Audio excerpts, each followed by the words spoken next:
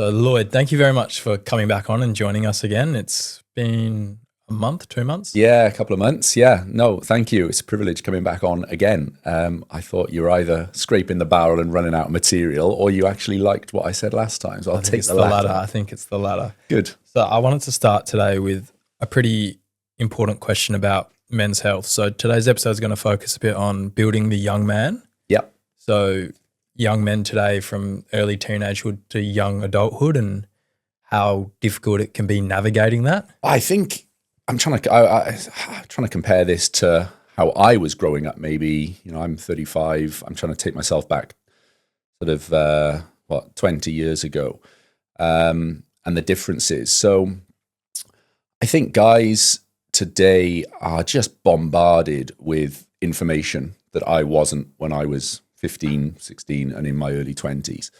I was just coming into that social media phase, and I don't think you could ignore that. I think social media and access to information is the biggest thing that has affected guys for me.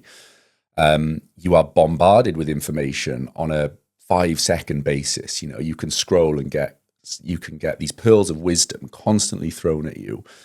You can get these videos that are showing guys, athletes, guys earning millions of dollars, guys traveling all over the world. And I think you just risk comparing yourself to these guys constantly. I just didn't have that. I was, like I say, just coming to that social media and mobile phone phase as I was growing up. And now I see my son, and he is, he's bombarded with information. I can't get away from that. And I think that's what makes it so difficult these days. You're in this comparison era where you're comparing yourselves to other men. And I think that's good in some ways, but I think that makes it very difficult for guys growing up. I think as well, look at societal norms and what is expected of men. I think that's changing. I think you're told this is what you should do, this is who you should be, this is how you should feel. And I think that's really difficult, again, for a guy to, growing up, to try and listen to all these pieces of advice and take it on board. I think that makes it difficult. And listen, we can't get away from the real practical issues, COVID-19 and what that's done to socializing and finding jobs, schooling that's been affected. My son was 14 during the COVID pandemic, and he basically went a year in the UK where he didn't see any of his mates. I think we can't ignore COVID-19. And I think finally, what about, the financial difficulties these days? There's financial crises over the world. I think there's financial pressures on guys, women as well, clearly. But I think guys, especially, may well be struggling financially. And I think that's another pressure these days. So you can tell there's so many issues, but I think that's probably a snapshot of them for me. Well, I think it's pretty clear there's a bit of a mental health crisis going on. I mean, the highest rate of suicide is for young males aged 18 to 24.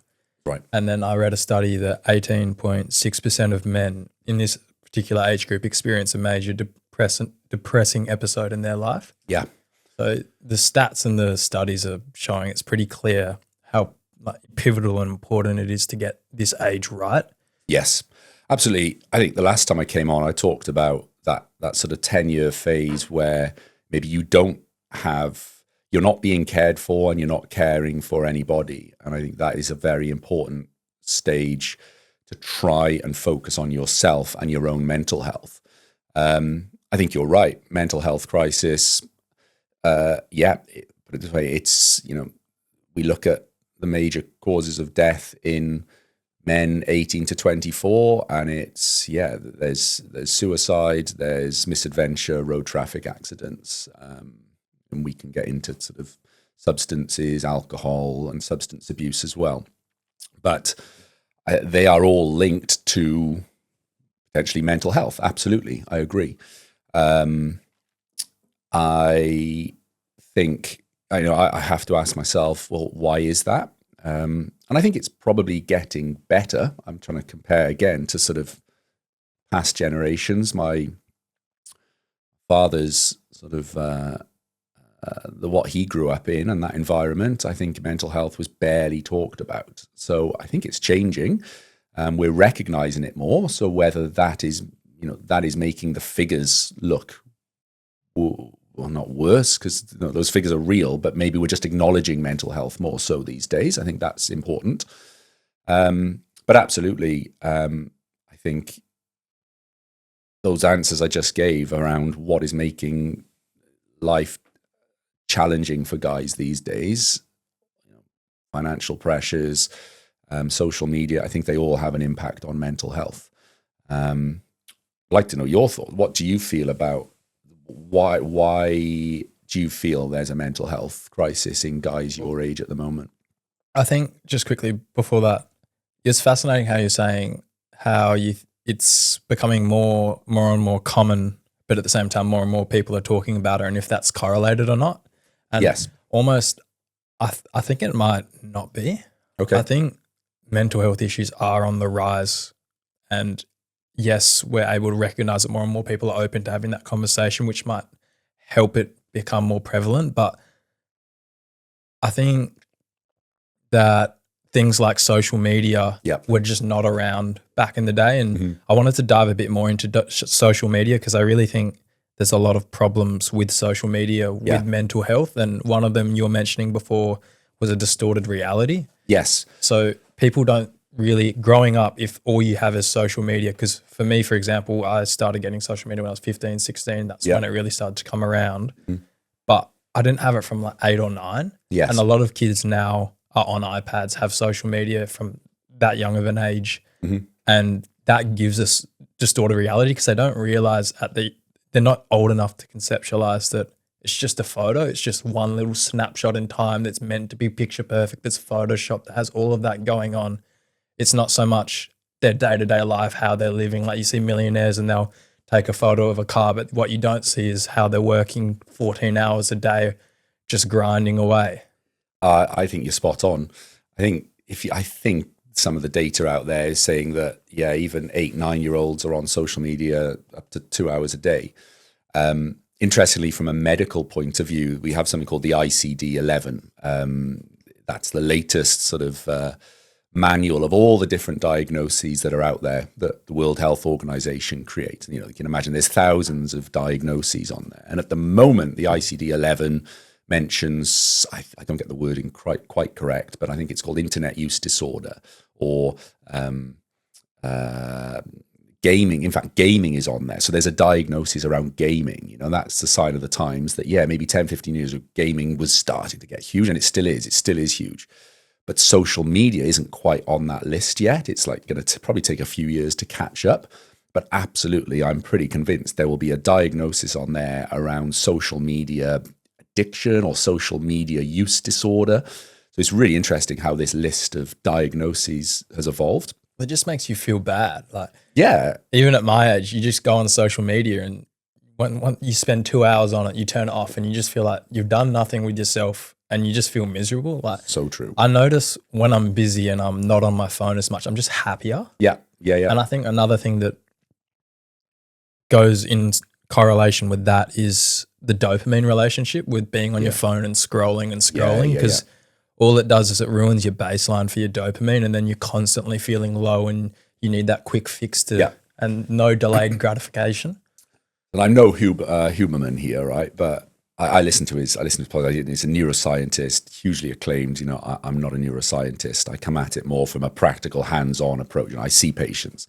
Huberman is, as I say, I've listened to a few of his podcasts, and you can get into the neurotransmitters and dopamine and noradrenaline and all this. And I think definitely there's theory there. I go back to my med school days. But you're right. I think you're getting this quick hit of dopamine. You see something, you laugh, it's 5 seconds, it's done. I'm 35 and I'm getting sucked into this. Okay, I recognize it. And me and my wife will be sat there. We've put the kids to bed. It's 9:30, 10 o'clock at night. We know we should be going to bed, and we'll talk about sleep in a second, I'm sure. But and you just get sucked in, and we're laughing at each other's social media accounts, and she's sending me reels, I'm sending her reels, and I'm thinking, this is mad, you know. And even I'm getting that dopamine hit, and I'm 35 grown man. I must be thinking, my son has gone to bed. I bet he's on his phone scrolling through, getting that same hit. And I was trying to link this, actually. I've been reflecting on this with sort of even things like forming relationships and dating. When I was growing up, we dating was a thing, and dating still is, but it was never done through social media. It's never done online. And so you get that excitement, and this is the theory about dopamine. You get that excitement of, I'm going on a date, or looking forward to something, and it would be this gradual dopamine rise, this gradual excitement that your body and your brain could sort of deal with, because it was a gradual thing. I'm going on a date in 3 days' time, and there's a bit of texting back and forth. You might call them and arrange this date, say. And this doesn't relate to me necessarily, but guys in general, relationships in general.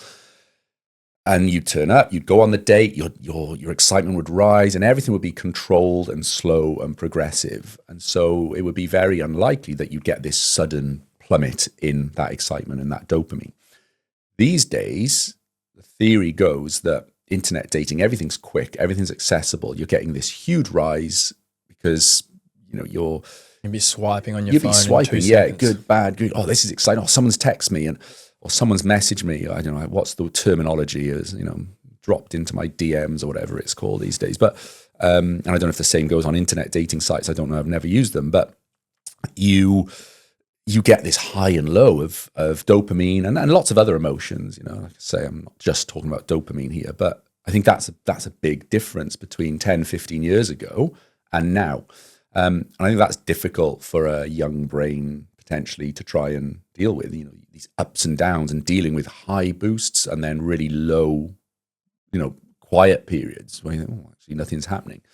I'm, again, going back to my childhood, and we'd literally arranged to meet somewhere a week before, and that would be it. You would have no contact with your mate for a whole week. We had there were times when I was very young, no mobile phones. You'd arrange a time, and you just get generally, gradually excited and look forward to meeting them. And sure enough, a week later, you turn up at the place that you've arranged to meet. And if they're there, great. Most of the time they were. But if they weren't, you have to go home. Now, everything, like I say, is so accessible, so quick. And I think that's really difficult to try and deal with, especially in a developing brain. So I agree. The dopamine hit is a big one. And as much as it's a great up, it can really hit you hard when you come down as well. And it also ties into the isolation component, because you're on your phone so much, you're so addicted to it, and then you're isolated from the real world. Again, I think you're spot on. I see my son, and my poor son gets comparison in this podcast all the time, but he's a great guy, and I think he's probably similar generation to you, Cam, with you're starting to recognize that actually this could get a real problem, whereas 12-year-olds aren't going to recognize that. Yeah. So I think as much as he's 17, he's starting to, he clearly recognizes he's got good insight into the risks of social media and the risks of being isolated in your bedroom, scrolling through social media for hours. But I think, there's still times where I'm like, I want to say to him, mate, get out, go and meet your mate in a coffee shop. Or go to, we met in Eric Chamberlain. Let's give a plug to EC for a few free coffees, But we met in Eric Chamberlain just down the road from me, and there's so much to be said for sitting somewhere, seeing people, getting yourself seen, networking, smiling, acknowledging, eye contact. There's so much feel good for that, in my opinion. And I feel like saying to him, mate, you're a good looking guy, you're 6 foot, you spend so much time thinking about how you look. And again, it's another thing we can talk about, body image, clearly, but you're a good guy. Get your confidence up, go and speak, go and meet people. There is so much feel good in that. And that's how I grew up. But I don't know. I don't know if it's a generational thing that guys are maybe a bit happier just doing it through social media and or doing it quietly, on your own. And I think there's a risk with that. I don't know what you think. It's just so accessible. Like, even I'll admit, I still do it every now and then, where you just hop on like your gaming console and you're already doing something with your mate on a call with them, having fun playing with them, and it's cheaper. You don't have to go out to a pub and buy a beer. You can just hop on. You can log off for 5 minutes, eat dinner, go back on, and it's so addictive. Yeah, okay. So, and I guess you talked there about it's cheaper. So there's probably some positives to that. Then, yeah, you see some positives clearly in that isolation. I'm in my bedroom, I'm in my room, and I'm still socializing. I'm still speaking to my mates. Is it really socializing? This is it. My argument is, I don't think it is. I think, like I say, there is so much to being present with people. So getting out. And I love being in my zone on my own. You think, you're going to contradict yourself here. You're saying it's important to be out with mates and be socializing, but I love to be out on my own, pitch black. I put my headlight on. But that's maybe because I spend my day seeing 40 people a day, as a GP, and sometimes I just like to be on my own. I've got a busy family life, etc. I think so. There's importance to being on your own. There's importance to being in big groups and socializing. But I felt quite aggrieved. I was running around by the, what's it called, the Orange Box down on Leighton Beach. I was just going round the bend. That's basically 5K for me. And I was running back, pitch black, in my zone, headphones in, listening to one of the pod, might have been Huberman actually. And all of a sudden, from a right, I got scared by, honestly, it's about 100 people, all en masse, joined me. On a run club. On the run, yeah, the running club. And I was like, what are these people doing? This is my space, my time, how dare they? And I could hear the noise coming. It was like really overpowering. And I thought, I'm going to have to stop here. I want to be in my zone. I want to be on my own. Anyway, there were so many of them. I thought, I can't stop and watch everyone run past me. So I joined back in. I sort of joined the back of the group and thought, I'll just see how it goes. Anyway, I got running and I was next to this one guy and he said something to me. I had my headphones in. I thought, I missed what he said there, and I felt terrible. I took my headphones out, and we made a few little comments. I was having a laugh about being in this group and being whisked up, and we had a laugh. He had a laugh. Put my headphones back in, and I carried on running. And just that little interaction made me feel so good. I thought, actually, there was something to that. Just me and him. We're out. It's 5:15 in the morning. It's pitch black, but we're in this together, and I think that was a real feel good for me. Now, don't get me wrong, I'm not going to go joining a running group anytime soon, but I saw that bit of connection, and we're in this together. So, are you in one of these running groups? Or I do it once a week on a Wednesday morning with Fletcher Gardner. Shout out Neurotify. Go follow him. He's like Huberman, but better. So I do that every Wednesday morning, and basically the numbers vary every week, but it's a bunch of blokes and a couple chicks rock up, and we just go for a run. And then some of us go for a dip in the water afterwards and then have a coffee down at Cot. And it's a great start to the day. You've done some exercise, you've got some cold water, you've had a coffee, and you've had some socialization. It's not a better start to the day, I think. No, I don't think there are negatives. The only negative for me is I have to sacrifice my sleep to do that. And that's just my busy family life, and not that should always be an excuse, but I'm still in that British mentality of going to bed late. I noticed since moving to WA, everyone goes to bed early and up early. I am still ingrained in staying up late, working hard, or working and getting things done when the kids are asleep. So I'm still going to bed late, but I'm in the WA mentality of get up at 4 something and are you getting your 8 hours? No, I'm not. And I'm not. And I know I should be. 7 to 9 hours. It would be, everyone's different, by the way. Very few of us, in my experience, can actually or are going to be optimizing their health by getting less than 7 hours. There's very few that can actually get by on less than 7, even though you may feel like it. But 7 to 9 hours would be a general rule. No, I don't. I'm going to put my hand up and say I have not had 7 hours sleep for months. I'm generally 6 hours something. And if my daughter is up in the night or my son is up in the night, it might be 5 something. And I know that's not good, but I weigh up the risks and benefits. And talk about mental health. Yeah, don't get me wrong. Getting 5 hours something, 5.5 hours sleep is not great for lots of different things: physical health, mental health, rest, recovery, muscle growth, all that. But if I don't get up early on that Friday morning, for example, and I lay in an extra hour, I have that fight with myself of, okay, I've got an extra hour's sleep. That's probably benefited some part of my health, but I also feel bad that I haven't got up and gone for that run, or got up and, I set my target. If I'm going to set my alarm for 4:45, I'm getting up.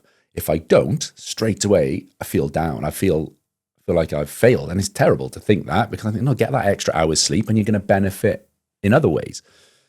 So I make that decision myself, what's best to do. And I'm happy personally to sacrifice that little bit of sleep to benefit other things. And I think that's the challenge these days, isn't it? So for young people growing up today, how crucial is sleep? Yeah, it's crucial. And it depends what age you are. Clearly, sleep guidelines change depending on your age, and very young, sort of pre-teen and single figure ages, absolutely sleep's very important for the developing brain. But it is so important for adults as well, for physical health, mental health, rest, recovery. And I think it's really important that there's advocates for good quality sleep now. There's sleep experts coming out and talking about how to optimize your sleep. So, it is. I'm not going to get away from that. We spend probably a third of our lives in bed, right? We spend a third of our lives in work. It leaves a third to do other things. So if you can get your work right and your sleep right, the other third that you should take care of itself generally. So sleep's important. I am fascinated, however, by the younger generation these days, and my son, again, taking a hit here, but talking about how he has to have his bedroom the perfect temperature and 15 to 17 degrees. He's been watching Huberman. He probably has, or he's been watching somebody. Yeah, it's out there, isn't it? Again, goes back. Everything's accessible, bombarded with information. I should be doing this. I should be doing that. But what about this? No wonder guys find it tough these days, because there's these expectations. You've got to get your sleep, but then you've got to train 4 times a week, and you've got to take protein, you've got to take creatine, and got to go for your cold water dip. But don't forget your hot sauna. Like, crikey, all these things that guys have got to try and get their head around. So, yeah, I do find it fascinating, the minutiae that goes into planning sleep these days, and yet there's also the same generation are happy to go and smash back shots and 15 standard drinks on a Saturday night, but at the same time the next day they're really trying but I've got to get my bedroom temperature within 2 degrees, otherwise something's going to really, my health's going to be affected. And listen, great, focus on the minutiae, but there's a lot of big things that could be addressed first: alcohol, exercise, diet. But sleep is important. As well, for especially Geth's age group, cognitive function from getting enough sleep. I've seen studies where people who had an exam the next day, some of them would stay up late cramming and study, and some of them would get a good night's sleep. And the people that got the good night's sleep, even though they didn't get as much information crammed in, would just perform better in the exam. That's a really important one. I was taught that in medical school, no matter what you're doing the night before, the hard work's already been done 2-3 weeks before.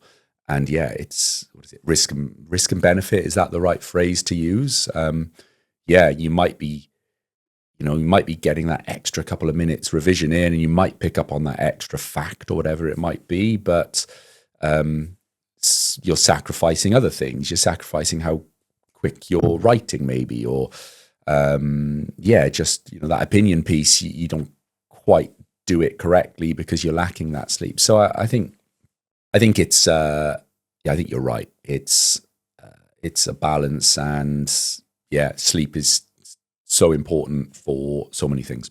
Well, the 3 pillars of health for everyone in general, but to really focus on for, I feel, young males growing up, is sleep, diet, and exercise. Mm-hmm. And we've just covered sleep because of how important it is, but exercise and diet, almost, you could argue that all 3 are just as important as each other. Like there's not one that's more important than the others, because if you're lacking on any of them, you will feel the negative of that in your day-to-day life. So exercising growing up, how important is that? I think that is, again, it's extremely important. If you look at the latest Australian guidelines on exercise, they can be a little bit confusing. Maybe we talk about in adult life, so 18 onwards, 18 to 64. I think it's something like 150 minutes. So what's that? 2.5 hours of moderate to vigorous exercise would be recommended every week, and that can be a mixture of moderate and or vigorous. And, well, what's moderate? What's vigorous? What's the buzzword these days? Zone 2 training. Well, what's zone 1? What's zone 5? You can be bombarded again with too much information potentially. But exercise is important. Physical health, absolutely. Everyone knows the benefits of that. Effect on mental health, absolutely. Longevity, that's a huge word at the moment. Forming good habits. Interestingly, if you look at children's guidelines, I think that says, and we don't focus on children's guidelines enough, in my opinion, but I think from sort of 5 up to 17, I think it's something like 60 minutes of moderate or 60 minutes of exercise per day. That's a lot of exercise. But kids are busy and there's a lot of subconscious movement in kids. Crikey, my daughter doesn't stop moving. So, and most of that should be aerobic exercise. So just moving. Strength training comes in and resistance training comes in from sort of 17 onwards, if you look at the guidelines. So it is important. It's important for mental health, physical health, but I think just forming good habits. I'm going to go back to that 10-year window where you've got no responsibility for anybody and nobody really has responsibility for you. That is your chance to start forming those really good exercise habits. I think I was looking at some data on this. I think guys are better than women when it comes to hitting exercise targets, but still, I think we're talking like 20% of guys hitting the recommended weekly exercise goal. That's still way too low. And it might be that just guys are prioritizing other things, goes back to how hard is it navigating the world these days. You're told you've got to socialize, you're told you've got to sleep well, you've got to perform, you've got to find jobs, there's financial pressures to exercising, and so no wonder guys, again, are still struggling to exercise because I think we're prioritizing other things. And again, it's all about balance. Well, I think as well with exercise, it shows a lot about a person. Because if you see someone that's exercises frequently, is either really good aerobically or is really jacked from the gym, like not with testosterone and all of that sort of stuff. Yeah. It shows that they're really disciplined because they can continuously go to the gym day in, day out, whether they want to or not. Also, they know how to experience delayed gratification because they know that they can work towards something and maybe not experience like the direct results that day, like scrolling on TikTok with dopamine. But it takes months to build a body like that. And then also there's direct correlations, and I've done a bit of research on this, between the amount or the percentage of skeletal muscle mass on your body and all-cause mortality. And it's one of the things that shows that the more muscle mass you have on your body, the less chance of all-cause mortality you have, especially as you reach later levels in your life. Yeah, great spot. Absolutely. So I test grip strength in my clinic, and I will be testing more and more. There's a few additional packages, I guess, coming to my clinic soon.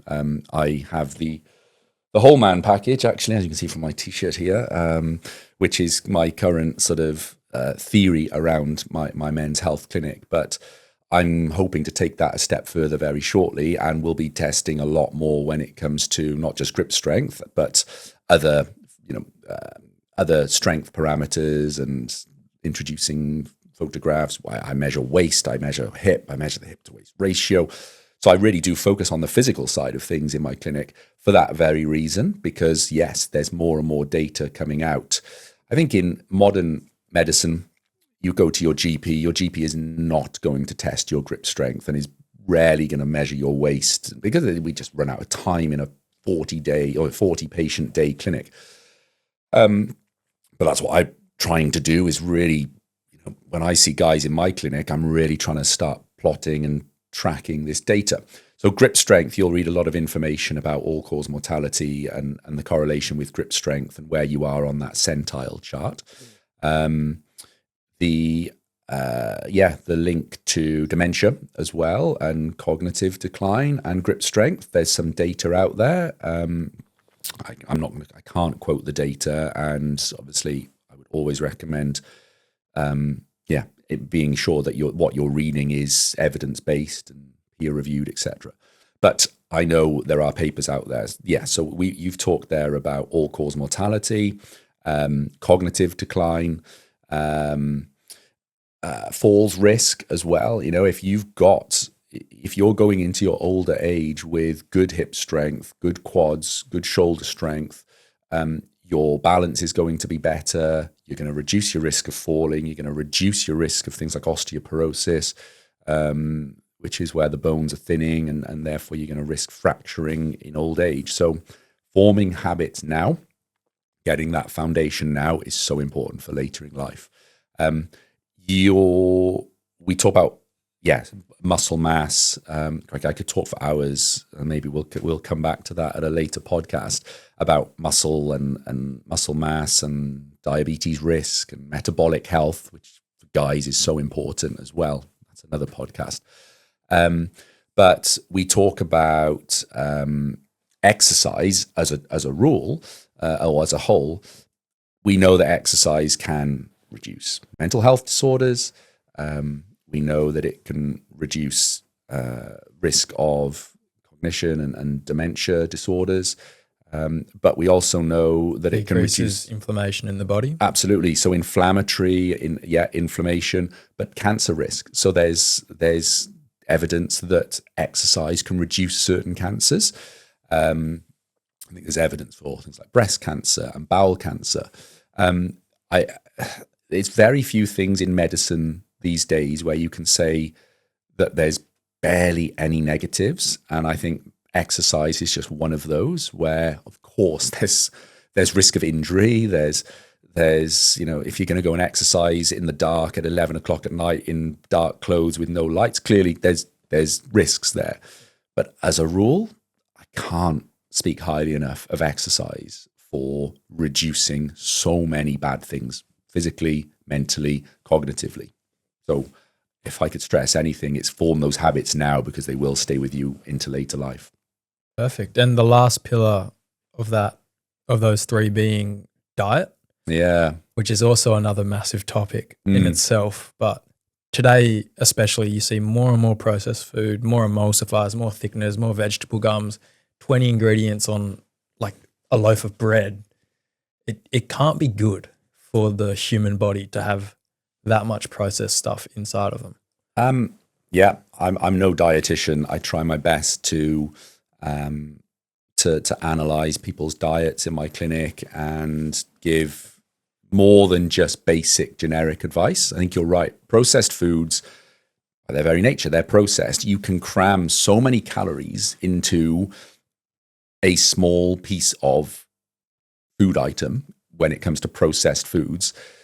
You then would hear the words whole foods, and why? Well, whole foods are good. And the reason being, generally, think of this, processed foods, you can cram X amount of calories into X amount of space. So you can eat more of it because it forms a smaller part of your stomach when you're eating. So no wonder, you can cram in lots of processed foods and get so many calories and still keep eating because, say, it's calorie dense. When we talk about eating whole foods, you're getting, these are big food items generally.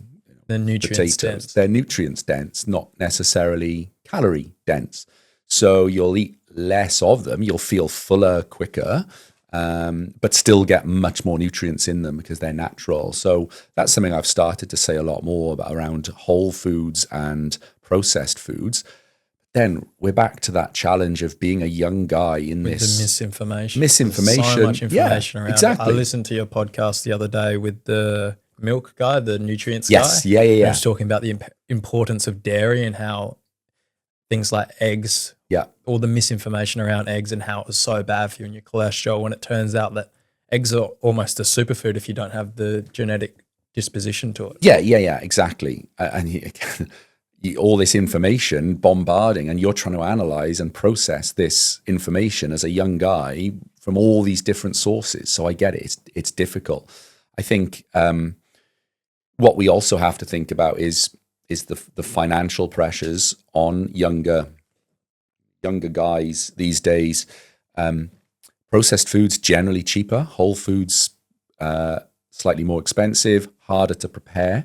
So you're a young guy in this world trying to meet new people, trying to exercise, trying to get your sleep, trying to study, trying to work hard and go up through the ranks in work.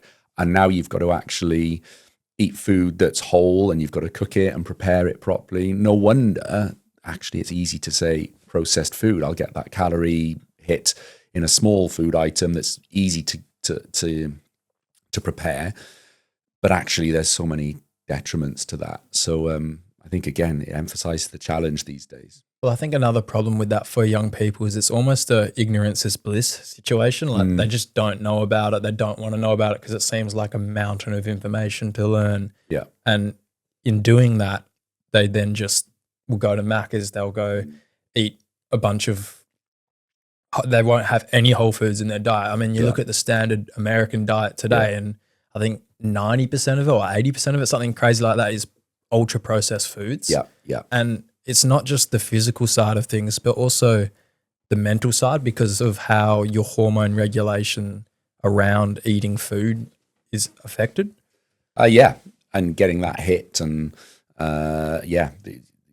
there's a lot of information out there these days about the injectable medications that inhibit certain hormones and GLP. I can't. Exactly. That's one of them. But we would call those GLP-1 agonists, basically mimicking, or I'm not going to get into the technicalities of how they work, but basically hormones in your body are being manipulated by the medication. So there's a huge theory around certain hormones, and the hunger hormone and the starvation hormone and leptin and ghrelin and all these important hormones. You talk about the standard American diet. I think I was guilty of this as a young guy. You do potentially feel like, oh, that's so far in the future. I'm a young guy. I'm training. I'm moving. As long as I'm still training, it doesn't really matter what I eat, because I think in your simplistic view, it's all about calories. I need 3, 4, 5,000 calories because I'm working hard and I'm training hard. And I think that's about as simple as it gets for a lot of young guys. And my son's taking a hit here. I think he has been guilty of saying that. He, however, is a lot more educated and insightful into his own body and health, and my wife is big into that as well. And so, we're already starting to see, actually, you've got to be getting your multivitamins, and you've got to be getting your fiber and your protein, and looking at your macros. It's important. Whereas I think there is a risk that guys these days just go calories in, calories out. Look, I'm busy, I'm training. It doesn't really matter as long as I'm not putting on weight and I'm balancing my calories. Then what's the problem? There's so much more to it than that. And I think it's really important that guys start to see that now. Whole foods, fiber, certain vitamins, getting your iron, getting all those important micronutrients, because we know there's so many long-term benefits to that. And again, form your habits now, because it's so hard to break those habits. Like me, I was guilty of it. I'm now in my 30s, and you have this realization that, crikey, I've just been neglecting all those other things. I've kept my diet way too simplistic. So I think it is important. Well, even just if you don't go and learn all that information, just changing your diet from processed food to whole foods in itself will hit so many of those things you were just talking about without even having to go and research it. I agree. It's so important. And another thing I want to say is, I've never felt good after eating a big meal of KFC. Like before it, I'm always dopamine's craving it. You're feeling really good. You're super excited, but then you eat it and you never feel good after eating a large amount of junk food. You feel gross, you feel like crap, you want to go have a glass of water to just feel clean. Yeah. And and as you get older, you'll start realizing, crap, I feel bloated. I'm waking up at 2 a.m. with reflux because of all the grease in that food. So yeah, at the moment you can get away with being minimally affected by that. But as you get older, you will start hitting those other issues. And then beyond that, we start to think about cholesterol and the risk of heart disease, risk of stroke. I wouldn't, I'm not going to sit here and scare guys your age who, in your 20s are thinking, that's 30 years away. Yeah, you'd hope it would be, and it would never occur in your lifetime. But we know that coronary artery disease starts in your 20s. If you took a snapshot of how much cholesterol is starting to form within coronary arteries and other parts of the body, it's there in your 20s. It's just not causing an issue. So it's very easy to turn a blind eye to that. And I'm not scaremongering here. That's not what this is about. But it's saying that you are influenced by what you're doing in your teens and in your 20s. Build the healthy habits early. Exactly. Yeah, definitely. Building the young man to be a old man who's healthy and still here as an old man. It's important. Well, those are the 3 sort of pillars of health you can do to feel good and to really nail from a young age growing up to help navigate going through young adulthood, especially for young males with the exercise and that sort of thing. But there's also a few things to look out for, 3 detriments per se, that we may or may not have prepared before this. With the first being drugs, alcohol and toxins, especially from the later stages of teenagehood, with vaping being on the rise and underage drinking, how that affects the development of the brain. And I know you've got a lot to say about all of that. Yeah. It's a huge topic to try and cover, and it probably needs its own podcast for each one of those in future. But yeah, we met in Eric Chamberlain coffee shop a few weeks ago now, and we thought, right, how are we going to structure this so that we're not talking for hours, but at the same time, we've got enough to say. And we've split. So let's summarize 3 great things for your health: optimum diet, optimum sleep, optimum exercise. The 3 detriments. So drugs, alcohol and toxins, the first one. Yeah. Misadventure and vices was the second one, which we'll go into. And then having no self-love is the way I put it, which was your negligence and naivety. And I thought, self-love, what are we getting into here, Cam? But no, it's more around not being naive, having awareness, looking after yourself, and just being body aware and life aware, really. So let's talk about alcohol then. Initially, alcohol is one of those, and people back home with me, back in the UK who may be watching this, because they do, by the way. I've got family and friends who watch this, and they will say, Lloyd, who are you to talk about alcohol? You have never drunk, and I've been a lifelong teetotaler.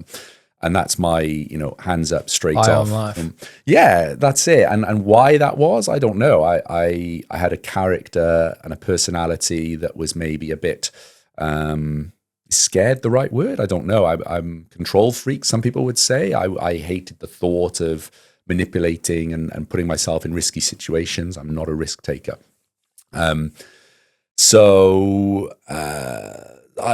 would say, well, who are you to comment? But I guess I've got the beauty of seeing it firsthand, working ED shifts late at night, and I'm a GP. Who has his own men's health clinic. Exactly. I feel like you've got a voice to talk about this, Lloyd. I'm in a place to talk about it. So let's talk about the young man and the developing brain to start with. And we know that there are certain parts of the brain that develop later in life than others. Finish developing to 25. That's right, yeah. And I think...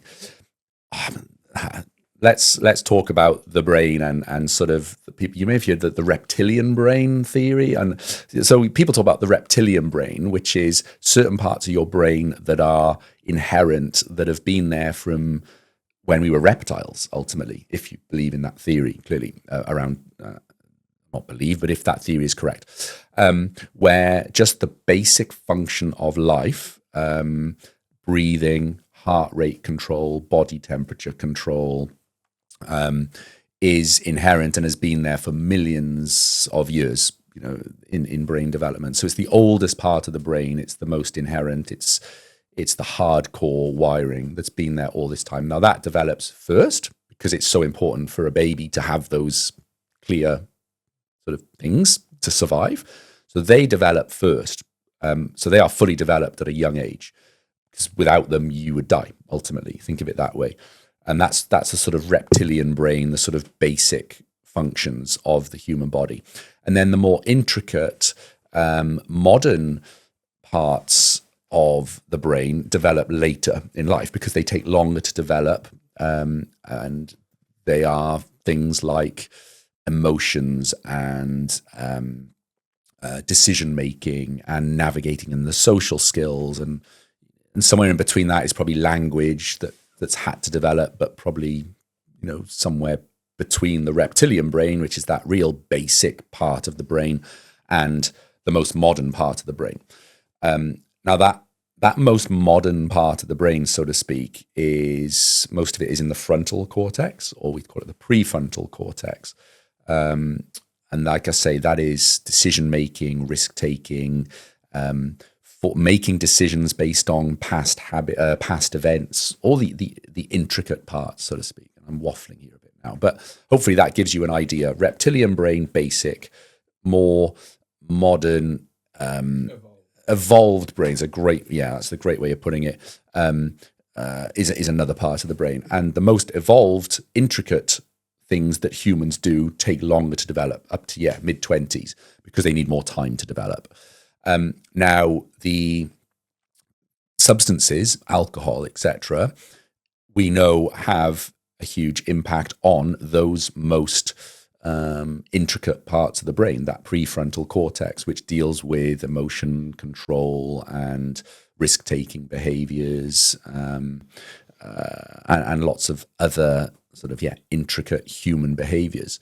So when we're introducing alcohol in our teens, when that part of the brain either is so minimally developed or is just developing, first off, the risks of alcohol, therefore, are worse, because that part of your brain that is meant to say, whoa, hang on, you've had enough here, or don't go jumping into that river, don't be so silly, you've had a couple of pints, it's dark, and that is just not there to start with, because it needs into your mid-20s to develop. So that's why alcohol and young people is almost a recipe for disaster already, because that part of the brain that should stop you isn't quite working as well.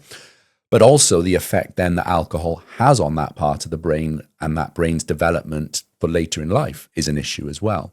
So it's sort of it's twofold. You see it's a double-edged sword. It's a double-edged sword. So, and that's where alcohol and the young brain is so futile, because we know young guys, you introduce alcohol with their brains that aren't fully developed, they're going to make decisions that a 50-year-old guy is with a developed brain is going to say, whoa, I'll just stop here now, that's enough. Whereas young guys don't have that.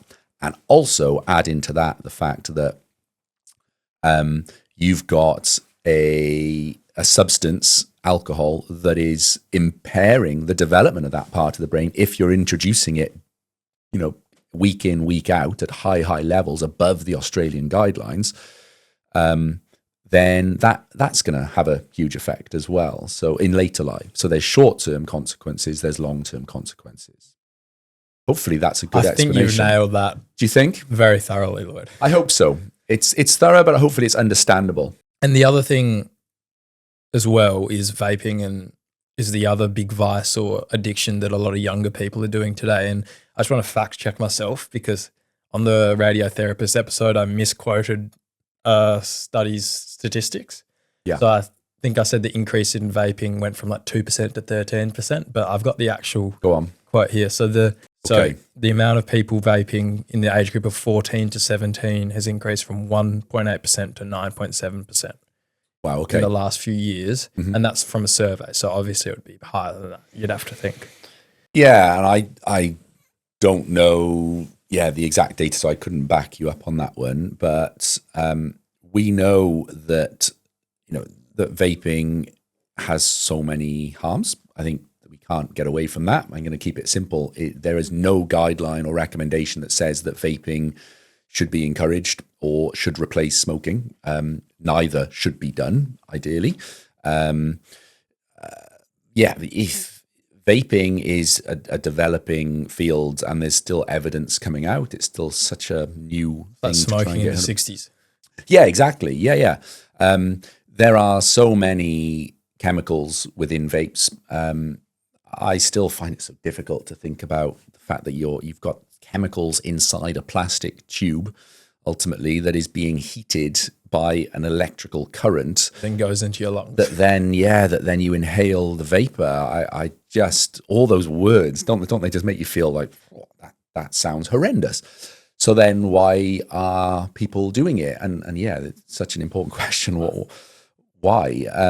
What were you going to say? I think, and I might be wrong, but I think it's because of the accessibility.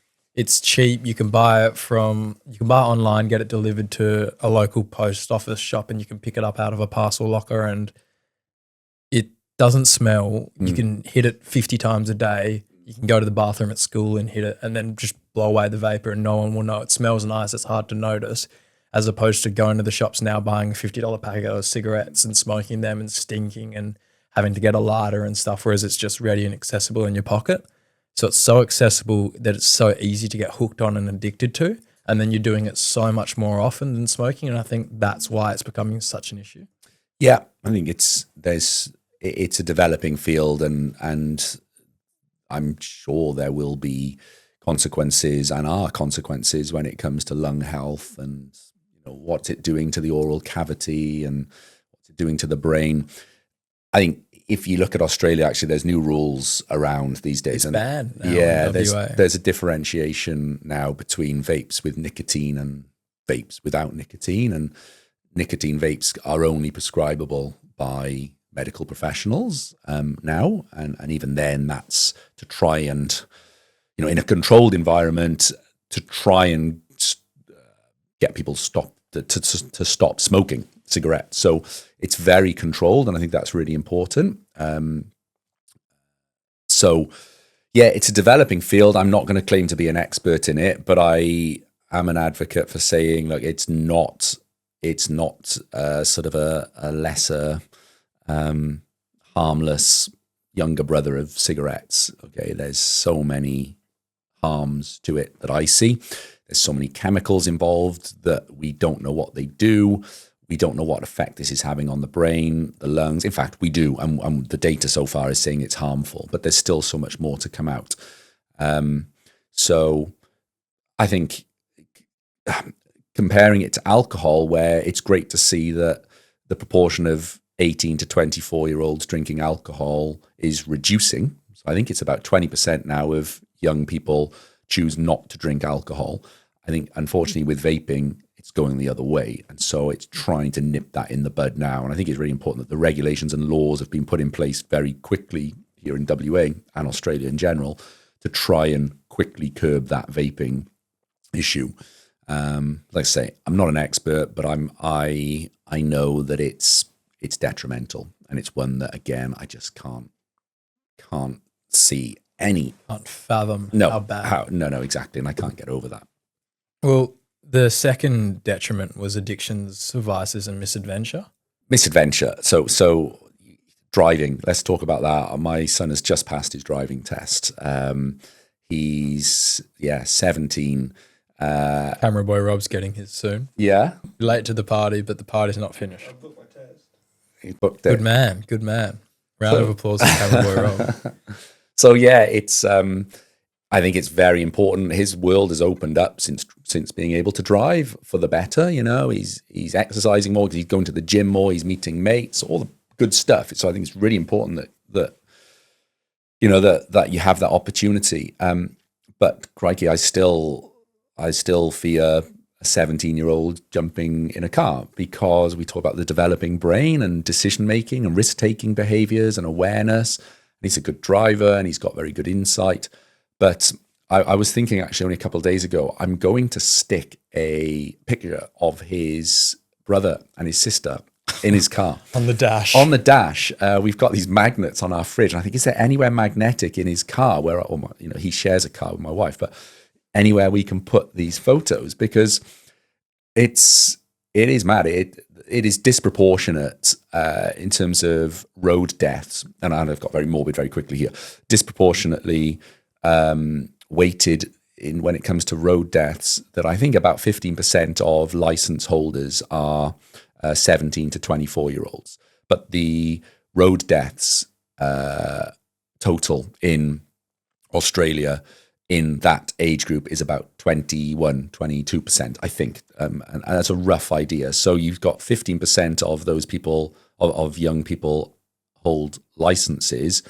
But if you look at all the deaths, it's 20%. So there's a disproportionate amount there, basically. So, yeah, am I making that clear enough? Hopefully you can see. So young males need to watch out when they're driving, because they're at the most risk of crashing. Absolutely, yeah. Because they hold, let's not hash over that. But you can see that they are at risk of death behind the wheel,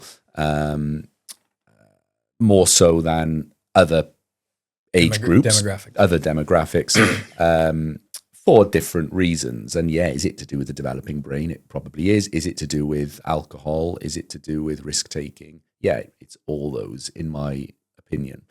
Misadventure is such an important one that I just wish.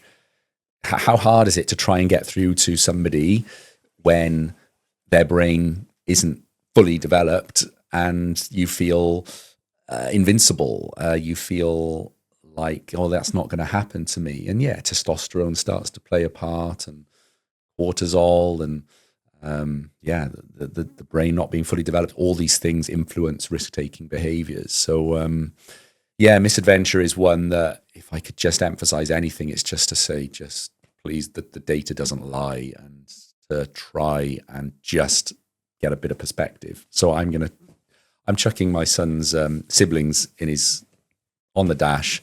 Just next time he just tempted to, look at your phone, or we made a rule here, simple things, put your phone in the glove box, and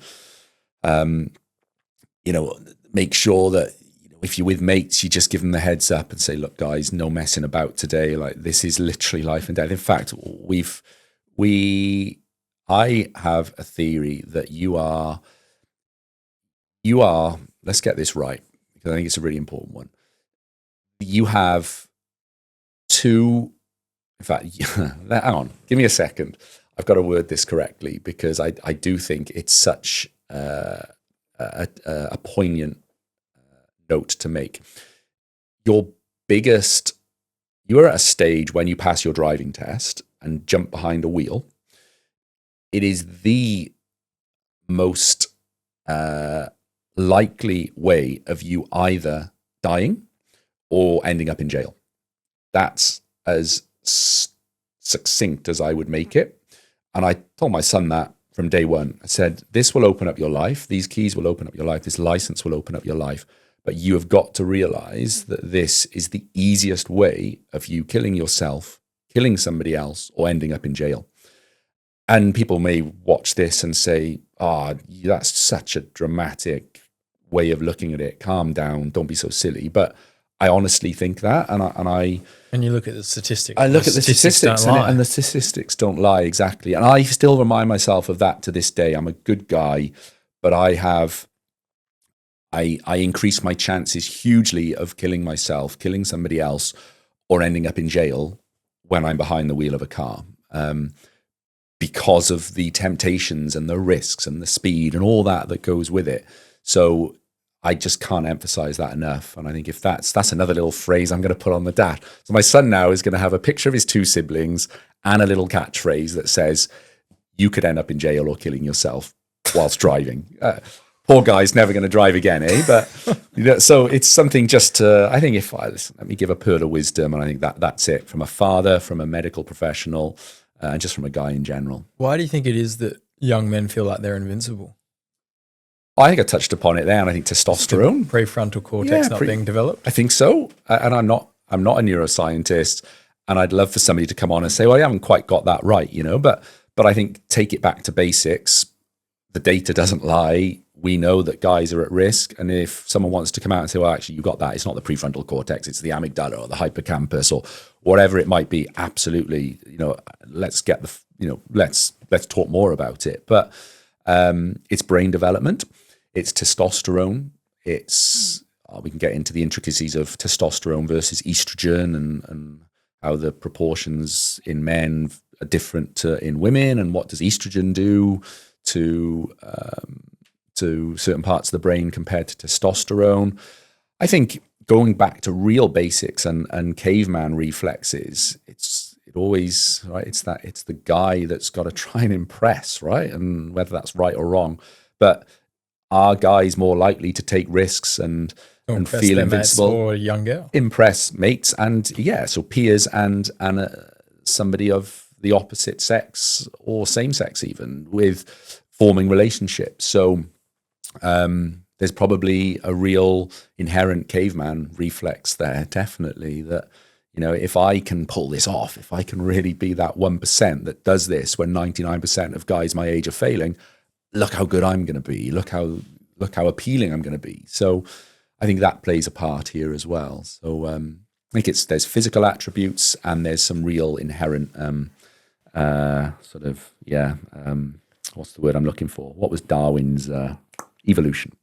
So there's some Darwinism. Yeah, there's some evolutionary probably theories here behind why guys take a lot more risks than women.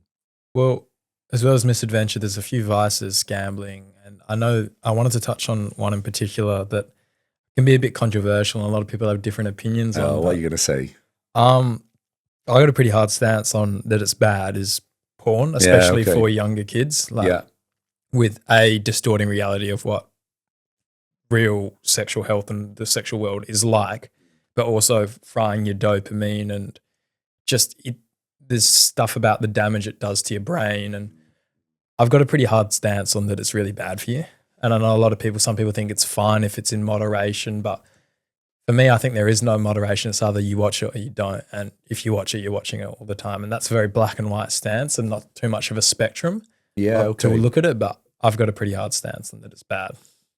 Yeah. I think if you ask different people, I keep an open mind on this because I'm aware that you've had guests on who think it's actually healthy and absolutely so. And everyone's entitled to their own opinions. And everyone's entitled, obviously. Exactly. Yeah.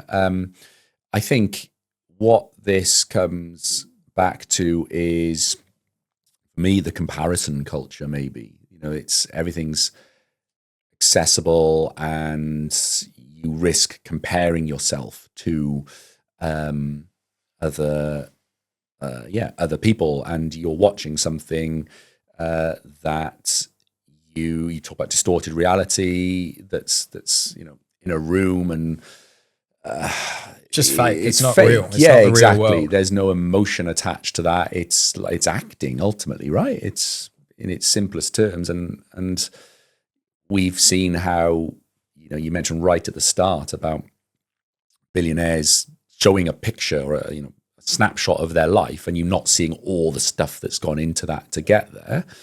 I guess the same might go with things like porn and other things that younger people are watching. That's just a snapshot. That's acting. That's a fake environment. And actually, where's the emotion? Where's the relationship part of it? And I think that can be really unhealthy. And a quote from this that I've seen from Jordan Peterson is, you look at the richest king ever in Babylon, and he had access to all of these women, as much stuff as he could. And now the average 15-year-old has access to more pairs of boobs per se on the internet than the richest king of Babylon ever did.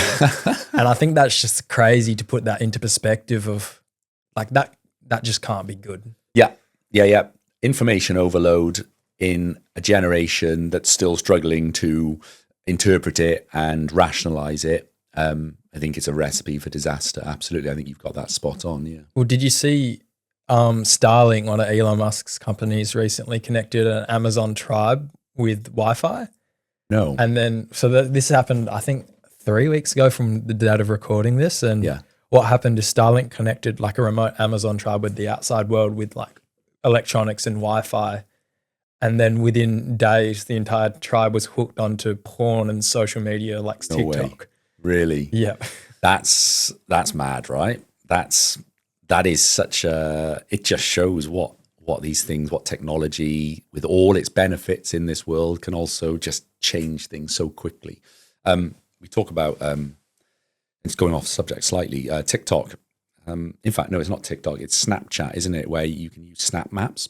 Yeah. You can see where your mates are. And that comparison culture again of when I was growing up, I was blissfully unaware of what my mates were doing. And if a few of them had met up and gone down to watch a footy game or one of the rugby matches or just met up and gone to the cinema, I think I was blissfully unaware and I just got on with what I was doing. These days, Snapchat, Snap Maps, I know you can turn it on and off, but you can see where your mates are, and then you start guessing and why are they and what are they doing in that house? And he's not having a party, is he? I saw him yesterday, and he didn't ask me if I wanted to come. And these poor guys are again comparing and what have I done wrong? And I know we're off topic with what we wanted and talk about, which was porn here, but I think. Again, it's just another thing where you're comparing and got too much information at your disposal and not quite enough insight and maturity and self-confidence to deal with that information. Like there's a million different angels on your shoulder telling you to go in different directions, and it's just so overwhelming with the pressure behind that. Absolutely. And that's why it's so hard for people to know the right direction and for young males to navigate the world growing up today. Yeah. I think you've hit that. Yeah, hit the nail on the head there. So the last one was, as you put it, negligence and naivety. Yeah. So did you want to touch on that briefly? I'll touch on that briefly because we've been here a while and it's we're getting carried away here. It's brilliant. So for me, I think it's just being aware as a young guy around the health system and what it is to engage with health and the healthcare system. So there's a risk that as young guys, we're negligent to our own health needs. And how do I book a GP appointment? How do I eat well? How do I exercise safely? How do I check your testicles? Check my testicles. Yeah. Why am I checking my testicles? What do I need to be aware of as a young guy these days to optimize my health? And I think, there's just negligence there. And that's nobody's fault. That's probably just the way guys' brains are and maybe the community we live in. The lack of information. Around that. Lots of other information out there, but maybe lack of information about sort of basic things like that. So it's just making guys aware. And we talked briefly about doing a podcast around individual problems and issues and pathology of note. Absolutely. And that's definitely something I'd love to do more on. But being aware of, what actually does affect guys my age? Testicular cancer. You've had Andrew Tan on talking about testicles previously, and being aware that that is something actually that if you're going to focus on anything, focus on that as a young guy, less so when you're 90, because it's not as prevalent, for example. That's an extreme example. But so testicular cancers, testicular lumps and bumps, self-examination, mental health, we've touched a lot on today, and being aware of that, and just being aware of where you can go for help, and Headspace and the websites and the apps that are out there. So negligence and naivety, it's nobody's fault. We're guys, we're pretty, we're not simple beings. That's the wrong word, but we like to keep things simple then, maybe, to put it that way. And so being aware of some of the intricacies of the health system and how to pay for appointments and where to book. I try and say that to my son now, like, come on, you're 17, you can drive a car, you can make lots of other big adult decisions. Self-autonomy. Yeah. So start thinking about your health now as well. And, if you want to see a dermatologist, know how to do that, know how to get referrals, don't rely on parents at all times. Clearly parents are there and friends and social groups are there to help. And absolutely lean on them and ask advice, but start just getting that little bit of responsibility now, because it will stand you in good stead for the future. I think you've nailed that on the head. And is there anything else you wanted to briefly touch on? Because no, without going into a rabbit hole. I know. We had, hard. there's lots of other things that we talked about that could have been discussed today, but building the young man, it's a challenge. Guys these days have it tough. Everybody these days has it tough, male or female. But let's talk about guys. Let's emphasize that we want to be making good, healthy, nice, solid guys. And if we can go some way today to just get guys thinking about all these little intricacies, then I don't think we're going to go far wrong. So thanks for having me on. It's I've loved it, and I'd love to come back. Absolutely. So if you need any more information about that, or you're looking for some help with some of that information, go see Lloyd at his clinic, Man Health. Man Health Clinic. Thanks very much. Thank you.